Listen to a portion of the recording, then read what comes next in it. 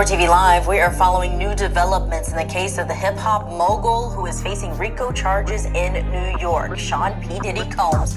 Court TV has just confirmed that the family of Tupac Shakur is investigating a potential link between the murder of Tupac and Sean Diddy Combs. This coming from attorney Alex Spiro, who represents Tupac's family. Now, this investigation had been previously reported by unnamed sources, but earlier today, Spiro confirmed to our Court TV team that he and a team of investigators has been hired. Sean Combs allegedly had business dealings with Dwayne Keefe D. Davis, who will go on trial next March for the murder of Tupac. This was back in 1996. Some have speculated that Diddy ordered Tupac's death. That, of course, is just a theory at this point, and we are monitoring the developments in both the Tupac murder trial and the federal indictment of Sean Diddy Combs. So a lot of information to come on that one. And the case that continues to roll on, let's bring in National Trial Attorney Michael Schaefer just to talk about this new news of an investigative team that has been hired by Tupac's family. We don't have more details about what they found so far and exactly what avenues they are taking to do that.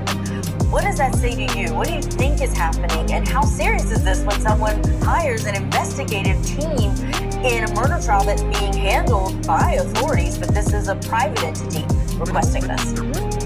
Julia, I always say, landslides don't happen slowly, right? You'll be standing on the side of a mountain admiring its beauty and glamour, and then 1 second later, you're buried in mud, right? This does not shock me. This does not surprise me. I can promise you this is not the last thing that we find out about people investigating Diddy and what he's done. This is not the first. We know of an attorney now who represents hundreds of families who are suing him for, alleged, freak-offs and sexual misconduct. So what this tells me is that it's just a piling on. Pretty much people knew for decades what we're going to start finding out things that people have speculated on for decades, and they're just going to pile on, because at the end of the day, how's he going to defend himself at this point? He's got a ton of money, he's got a ton of attorneys, but even if you have unlimited money and unlimited resources, if you are sued, by, 100 different people, 100 different times, 100 different theories, at the end of the day, you as a professional defendant, operating from a jail cell, you cannot overcome that. You just can't do it. And people know that they can pile on. People who probably wanted to go after this guy just feared going after him because they feared the retribution. They feared that, they walk into an attorney's office, hey, I have this theory against Diddy.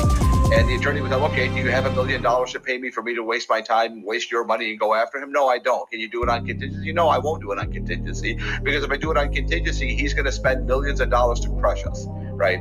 So that's exactly why these theories have been rebuffed. Right now, people now have, any attorney will jump up and say, yeah, I'll represent you. I'll sue Diddy. I'll be on the headlines. I'll sue Diddy for you tomorrow, right? Yeah, I'll do it on contingency.